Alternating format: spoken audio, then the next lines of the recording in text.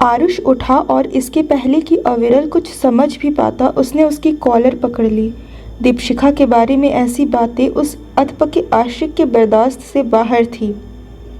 तुझे कैसे पता कि उसका कोई बॉयफ्रेंड है? हाँ, वो उससे झकझोरता हुआ बोला। एक्सपर्ट ही बने हुए हो सबके सब, पहले प्रोफेसर और अब तू। आरुष दांत पीसता हुआ कुछ भी बोले जा रहा था। आरुष छोड़, पागल हो गया है क्या?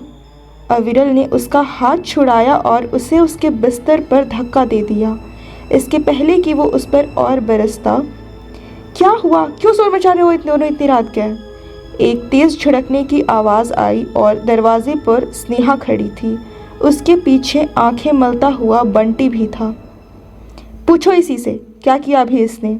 वापस आरुष की तरफ मुड़ते हुए अविरल ने गुस्से से बोलना शुरू ही किया, पर फिर तुरंत ही सिटपिटा कर चुप हो गया।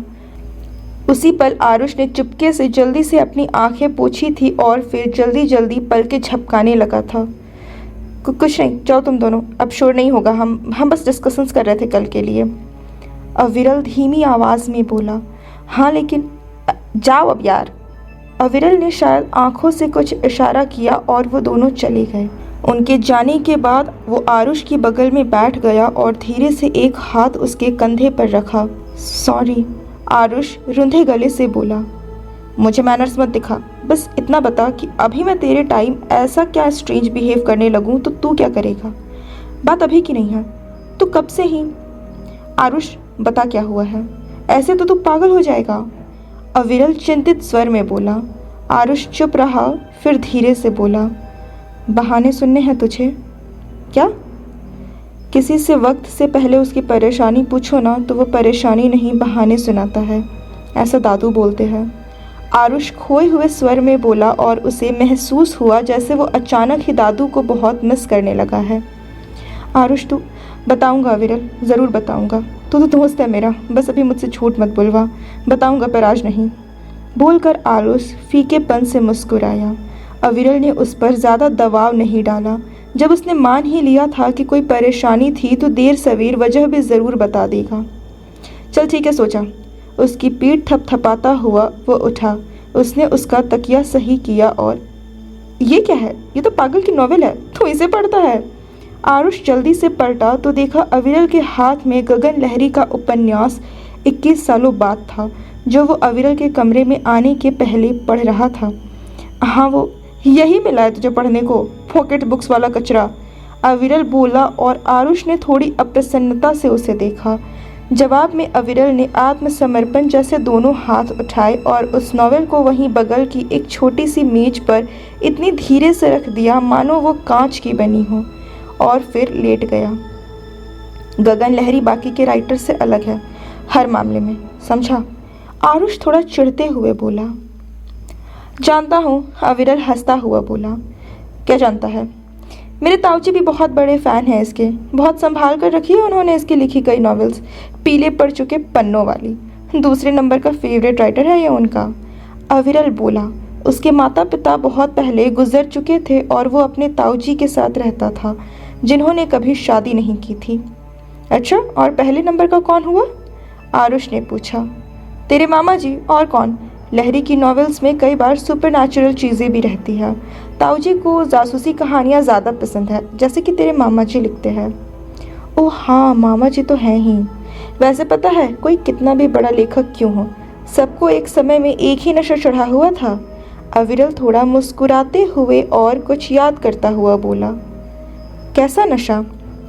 ताऊजी बताते हैं कि एक वक्त था जब सभी इस तरीके के लेखकों को एक अजीब सी चुल थी, ये जताने कि वो सारे कभी न कभी गगन लहरी से मिल चुके हैं या अभी भी संपर्क में हैं, या गगन लहरी ने उन्हें ही अपना उत्तराधिकारी भी घोषित कर दिया है।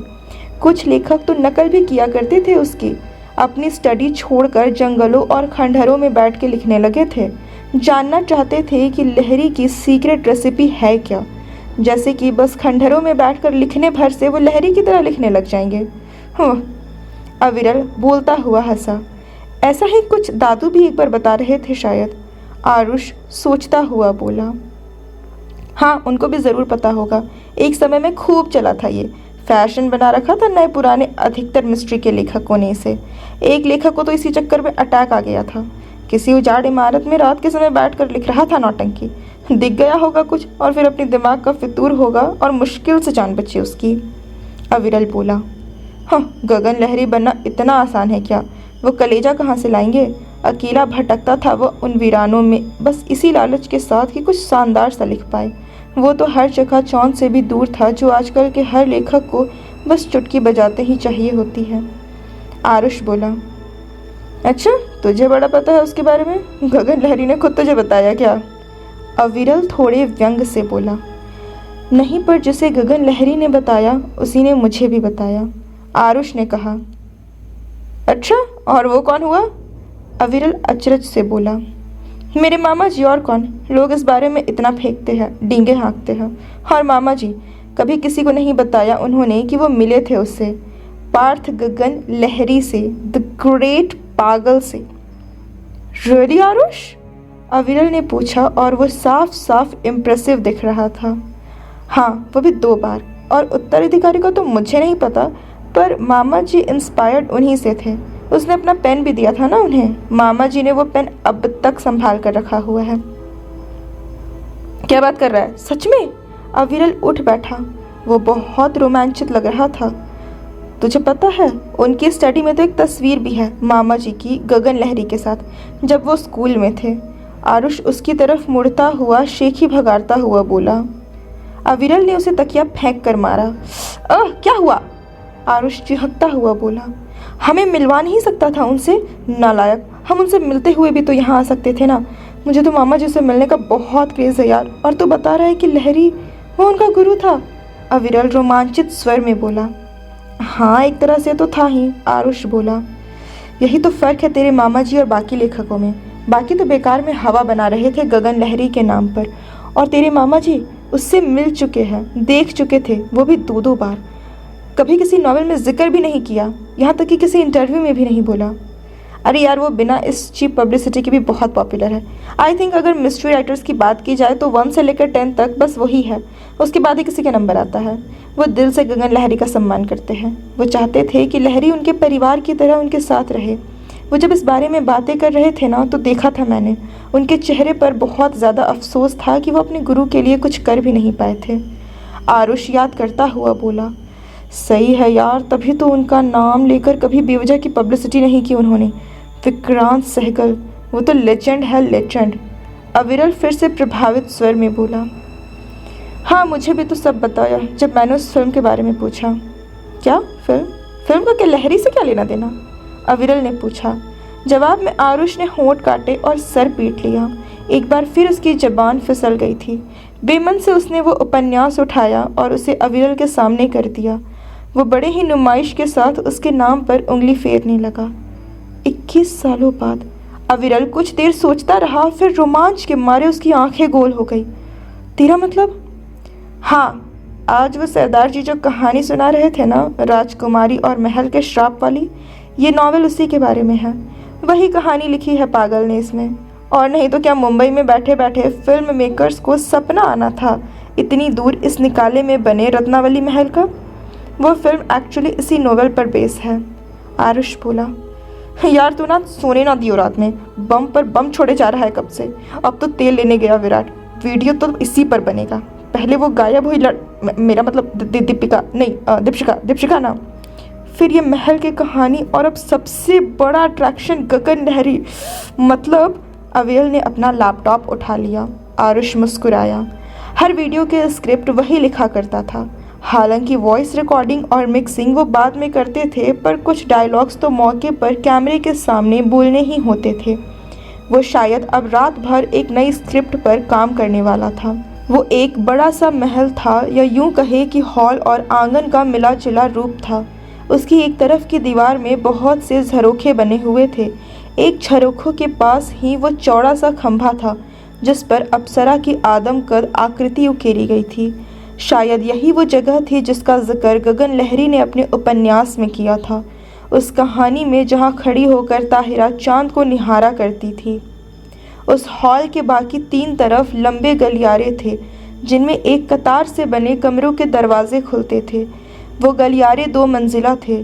पहली मंजिल के गलियारों में अधिकतर हॉल की तरफ जालीदार दीवारें बनी हुई थी, जिनसे हाल में देखने के लिए भी छोटे छोटे झरोखे बने हुए थे। सबसे आखिरी का कोने का एक झरोखा थोड़ा टूटा हुआ था। यही जगह है। इसी हॉल में आने के बाद विराट फंस गया था, बाहर नहीं जा पाया था और गायब हो गया था। स्नेहा हर तरफ देखती हुई बोली, वो फर्स्ट फ्लोर पर देख, वहाँ ऊपर, वहीं पर कुछ दिखा था उसे। जो लास्ट वाली विंडो है ना, टूटी हुई सी, वही। मतलब वीडियो में तो यही दिखाया था उसने, बंटी बोला। अरे किधर ध्यान है तुम दोनों का, अब शुरू भी करें? स्नेहा फिर बोली। तुझे नहीं पता स्नेहा, प्लान थोड़ा चेंज हो गया है।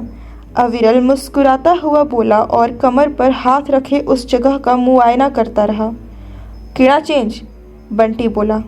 अविरल सबको सब कुछ समझाता चला गया कि कैसे वो सब अब विराट की रहस्यमय गुमशुदगी की जगह गायब दीपशिखा और उस महल के प्रचलित श्राप वाले किस्से पर कहानी बनाने वाले थे। अंत में वो इससे मशहूर उपन्यासकार गगन लहरी को भी जोड़ने वाले हैं। खुश हो जा, तेरी हीरोइन पर वीडियो बनेगा अब, स्नेहा ने आरुष की पीठ पर धौल जमाते हुए कहा। आरुष ने बस सर हिला दिया। उसने तय कर लिया था कि भरसक इस मुद्दे पर वो खुद की भावनाओं पर काबू रखेगा। सुबह का समय था। भारी पूछताछ के बाद और बाकायदा एक रजिस्टर में एंट्री करने के बाद ही उन्हें अंदर आने की अनुमति मिली थी। इस समय महल के गेट पर एक चौकीदार और 2 पुलिस कांस्टेबल थे। वो सब कुछ बस दिखावे के लिए था, जिससे कुछ नहीं होने वाला था। सब जानते थे कि एक बार कोई वहाँ गायब हुआ तो वो फिर नहीं मिलता था। एक ये भी उड़ती खबर सुनने में आ रही थी कि लोग ये मांग कर रहे थे कि उस महल में हमेशा के लिए घूमने आने वाले लोगों के प्रवेश पर रोक लगा दी जाए। आरुष के दोस्तों को तसल्ली थी कि वो समय रहते उस महल को कवर करने आ गए थे, क्योंकि ऐसा भविष्य में हो भी सकता था। पर वहीं कोने में बैठा आरुष यही सोच रहा था कि काश वो यहाँ नहीं आया होता। जितना वो दीपशिखा से दूर जाना चाहता था, उतना ही वो बार बार उससे टकरा रही थी। वो तो यहाँ विराट पर वीडियो बनाने आया था, कुछ अलग करने आया था, ताकि मन कहीं और लग सके। पर पहले सरदार जी की कहानी ने और बाद में अविरल के हाथ में गगन लहरी के उपन्यास के लगने के बाद जैसे सब अपने आप होता चला गया था। दीपशिखा खुद ही उसके रास्ते में आ खड़ी हुई थी, मानो कह रही हो, आओ आरुष, ढूंढो मुझे। वाह दादू, आपके हिसाब से तो जो होता है सब हमारी नियति होती है, भगवान की मर्जी होती है। तो क्या ये सब भी लिखा हुआ है भगवान जी की फाइल में? क्यों मेरे साथ हाइड एंड सीक खेल रहे हैं? मैं तो प्रोफेसर की बात मान गया था ना, फिर क्यों ये सब? तभी अचानक उसके विचारों को एक झटका लगा। वो चौंक कर पलटा। पीछे कोई नहीं था, पर अभी पल भर पहले उसे लगा था कि कोई उसके पीछे से चलता हुआ गुजर गया था। किसी के होने का प्रबल एहसास हुआ था उसे। आरुष आजा, बंटी ने आवाज़ लगाई। उनके वीडियोस में आरुष हमेशा स्क्रीन पर दिखता था। हर वीडियो का होस्ट वही होता था। लोगों को बहुत अच्छा लगता था कि किसी भारी आवाज़ और उटपटांग हुलिये वाले शख्स की जगह एक कमसीन सा लगने वाला छोकरा भूतों के बारे में बताया करता था। आरुष की आवाज़ भी सम्मोहक थी और उसके चेहरे पर बच्चों सी मासूमियत भी झलकती थी। यार यहाँ लाइटिंग नहीं है प्रॉपर, बंटी कैमरे में देखता हुआ बोला। कहीं और से कर ले शुरू, आरुष की कॉलर पर नन्हा सा माइक लगाती हुई स्नेहा बोली। नहीं नहीं, यहीं से करो, अविरल उत्साह से चहकते हुए बोला। वो क्या है ना कि इस कॉरिडोर, इस अप्सरा वाले पिलर और पिलर के पास वाली इस खिड़की को लहरी ने बार बार अपनी नॉवेल में मेंशन किया है। मे भी फिल्म में भी इससे मिलता जुलता कोई सेट हो तो हमें इस स्पॉट को हाईलाइट करना ही है। बाद में हम फिल्म और उस नॉवेल का रेफरेंस भी तो दे सकते हैं। आरुष ने देखा सामने एक आयताकार खिड़की थी, जिससे झाड़ झंखड़ों के पार एक झील दिखाई दे रही थी। वो कल्पना करने लगा कि रात के वक्त ताहिरा वहाँ खड़ी बाहर झील की सतह पर चमकते चांद को निहार रही है और पीछे से मनोहर आकर उससे फ्लर्ट कर रहा है।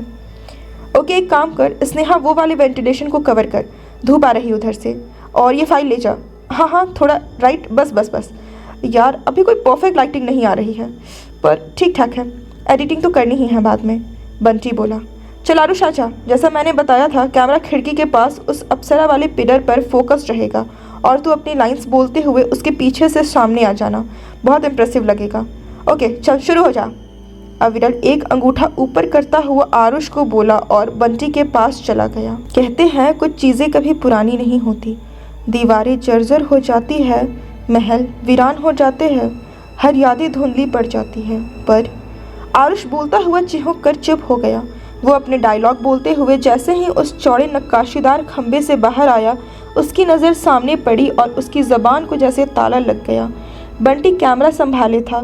स्नेहा और अविरल का भी चेहरा पूरा ध्यान आरुष की तरफ था, पर आरुष सामने देख रहा था। उस हॉल के आखिरी सिरे पर एक खंबे के पीछे कोई था। किसी का आधा चेहरा झांक रहा था यहाँ से। आरुष को महसूस हुआ जैसे वो परछाई उसी को देख रही हो। श्श, आरुष बोलना, शूट ऑन है। बंटी फुसफुसाया। कोई है वहाँ पर। आरुष ने इशारा किया। क्या? कहाँ? सबने पलट कर देखा। अरे ध्यान से, पीछे से स्नेहा चिल्लाई जब अविरल उस आखिरी खंबे की तरफ बढ़ने लगा। यहाँ तो कोई नहीं है, धोखा हुआ होगा तुझे, इतनी जल्दी को भाग तो जाएगा नहीं यहाँ से। अविरल हिचकते हुए बोला। पर कोई था तो ज़रूर, अंधेरे में क्लियर नहीं दिखा पर था तो। आरुष बोलते बोलते रुक गया। वहाँ बहुत हल्की सी एक जानी पहचानी खुशबू आ रही थी, पर किसकी? आरुष को लग रहा था कि उसने ये महक कहीं पहले भी महसूस की है, पर कहाँ? कुछ देर बाद वो फिर से अपने काम में जुट गए। आरुष अब कैमरे के सामने उस महल और उससे जुड़े उस किस्से के बारे में बात कर रहा था। उसकी नज़र कैमरे पर थी, इसीलिए वो नहीं देख पाया कि आखिरी खंबे की ओट से फिर कोई उसे देख रहा था। तो लोगों की माने तो यही वो जगह है जहाँ आरुष बोलते हुए हर तरफ देखने लगा और सर ऊपर किया, और इस बार फिर उसकी नज़रें ठहर गई। ऊपर उस पहली मंजिल के टूटे झरोखे से कोई उसे देख रहा था। अपर्याप्त रोशनी में वो बस एक काला साया ही लगा। कौन है? कौन है वहाँ? आरुष चिल्लाया। उस शिट, ये तो वही टूटा झरोखा है। विराट के वीडियो में भी ठीक यहीं पर कुछ तो था जो उसे घूर रहा था। स्नेहा थोड़ा डर के बोली। विराट और उसके फर्जी वीडियोस। अविरल दांत पीसता हुआ बोला। मतलब? कोई भूत होता ना तो अभी के अभी गायब हो जाता। वो जो कुछ भी था तो चलते हुए वो भी गया, तो ये देख लेने के बाद कि हमने उसे देख लिया। चल फिर थोड़ी हाय हेलो हो जाए उससे। बंटी कैमरा रखता हुआ बोला। एक मिनट, क्या है ये? छोड़ो ना, वो कोई भी हो, अपना काम ख़त्म करते हैं और थोड़ा जल्दी, मेरा दम घुट रहा है यहाँ। आरुष बोला। अगले 2 घंटे उन सब ने खासी मेहनत की, फिर महल के अंदर ही बने एक सूखे झाड़ झंखाड़ से भरे बगीचे में आ गए। देखकर लगता था कभी वहाँ अच्छी खासी रौनक रही होगी, पर अब तो साक्षात भूतों का डेरा लग रहा था। चल खाना खा ले, फिर बाकी का शूट करेंगे। वहीं एक चबूतरे पर बैठता हुआ बंटी बोला। वो सब अपने साथ पैक्ड लंच ले गए थे। वैसे वो जो अभी उधर हॉल में हुआ उसका क्या? आरुष ने क्या देखा? क्या भूत हो सकता है या फिर ऐसा ही कुछ? स्नेहा बोली। ये महल कब से वीरान है, टूरिस्ट भी गिनती के ही आते हैं यहाँ, और जहाँ कभी कोई आता ना हो वहाँ बहुत से उटपटांग लोग अपना अड्डा बना ही लेते हैं, वो भी भूतों के नाम पर, उसकी झूठी कहानियाँ फैलाकर। क्यों, पिछली बार हम जिस महल में गए थे वहाँ से हमारे लौटने के कुछ ही दिनों बाद एक गैर कानूनी जुए की टीम पकड़ाई थी कि नहीं? ये सब क्रिमिनल्स ही होते हैं भूतों की आड़ में, अविरल बोला। आरुष खाना ख़त्म करके वहीं टहलने लगा। वो बगीचे में आगे थोड़ा ही दूर गया और तभी, तुम्हारा कोई इलाज नहीं, अब से कोई प्रोग्राम नहीं बनाने वाली मैं तुम्हारे साथ। पागल हो तुम, पागल। एक गुस्से से भरा स्त्री स्वर कहीं से आया। आरुष बगीचे में और अंदर गया। अरे नहीं, अभी कहाँ, पागल बन सकूँ तो फिर क्या कहने। अब की बार एक बहकता सा किसी व्यक्ति का स्वर उभरा। आरुष आवाज़ की दिशा में और आगे बढ़ा। एक झाड़ी हटाई और उसे वो दिख गए। बगीचे में ही एक पत्थर के बने बेंच पर एक अधेड़ दंपत्ति बैठे हुए थे। औरत भारी शरीर वाली ही थी और उतनी ही फैशनेबल भी। आदमी टी शर्ट और गोल्फ कैप पहने हुए था। वो अब भी बेंच पर बैठे हुए थे। उसके सामने उसका लैपटॉप खुला था। क्योंकि आरुष उनके पीछे था इसीलिए उसे दिख गया कि वो कुछ टाइप कर रहा था। देखो, मैं अब कोई ऐरा गैरा राइटर नहीं रहा, और तुम्हें शायद पता नहीं, ये स्टाइल है फेमस राइटर का। मिस्ट्री लिख रहा हूँ मैं, मिस्ट्री, कोई मजाक नहीं। वो दम्भ से बोला। आरुष मन ही मन हंस दिया। वो ज़रूर उन्हीं लेखकों में से था जो गगन लहरी का स्टाइल कॉपी किया करते थे, जिनके बारे में वो और अविरल पिछली रात चर्चा भी कर रहे थे। तुम्हारा हर नॉवेल ना लैपटॉप खटखटाने से शुरू होता है और विक्रांत सहगल को गालियां देने पर ख़त्म भी हो जाता है। अरे लिखना आता ना तो घर बैठ के भी लिख लेते, मुझे क्यों ले आए झूठ बोल करके घूमने चल रहे हैं, पैलेस दिखाऊंगा। हाँ, वो औरत पैर पटकती हुई चली गई वहाँ से। बेवकूफ़ औरत। लेखक साहब फिर से लेखन में व्यस्त हो गए। आरुष वापस आने को मुड़ गया। आ जाओ आरुष, फिर स्टार्ट करना है, बंटी ने आवाज़ लगाई। उन सब ने बचा खुचा खाना वापस पैक किया और उठ गए। और तभी कौन है वहाँ, अंदर से आवाज़ आई। तीनों ने चौंक कर एक दूसरे को देखा। सबके चेहरे पर हैरानी के भाव थे। ये तो आरुष की आवाज़ थी अंदर से। वो अंदर पहुँच भी गया, पर वो तो गार्डन में था। चल अंदर जल्दी। अरे वो अपनी लोकेशन, वो हॉल तो उस साइड है ना, बंटी बोला जब अविरल एक गलियारे में दाहिनी तरफ मुड़ गया। हाँ, पर उसकी आवाज़ तो इस तरफ से आई थी, अविरल बोला। तभी फिर से आरुष की आवाज़ आई, कौन है वहाँ। अब की अविरल झुक पड़ा। आवाज़ अब आसपास से ही कहीं से आ रही थी, पर उसका ठीक ठीक पता नहीं चल पा रहा था। वो सब आरुष का नाम लेकर चिल्लाने लगे। अंततः गलियारे के अंतिम कमरे पर आवाज़ सबसे तेज सुनाई दी। वो झपट कर अंदर पहुंचे और अरे ये क्या। उधर आरुष लौट आया था और गार्डन के पास अपने दोस्तों को ना पाकर थोड़ा परेशान हुआ। परेशानी से उसने जेब टटोली तो उसे याद आया कि उसके मोबाइल पर तो स्नेहा की माँ का फ़ोन आया था और वो बात कर ही रही थी जब आरुष टहलता हुआ उन सब से दूर आ गया था। पर वो सब गए कहाँ उसे इस तरह छोड़कर। कुछ देर वहीं इंतज़ार करने के बाद वो वापस उसी हॉल की तरफ चल दिया जहाँ वो शूटिंग कर रहे थे। पर वो हैरान था कि उन सब ने गार्डन में ही उसका इंतज़ार क्यों नहीं किया। आरुष वापस उसी हॉल में पहुंचा। कहाँ हो तुम सब, देखो मुझे इस तरीके के प्रैंक बिल्कुल पसंद नहीं है। चलो बहुत हुआ और अब सामने आ जाओ। आरुष चारों तरफ देखता हुआ बोला। हालांकि उसका दिल डूबने लगा था। वो समझ गया था कि कुछ गड़बड़ हो चुकी है।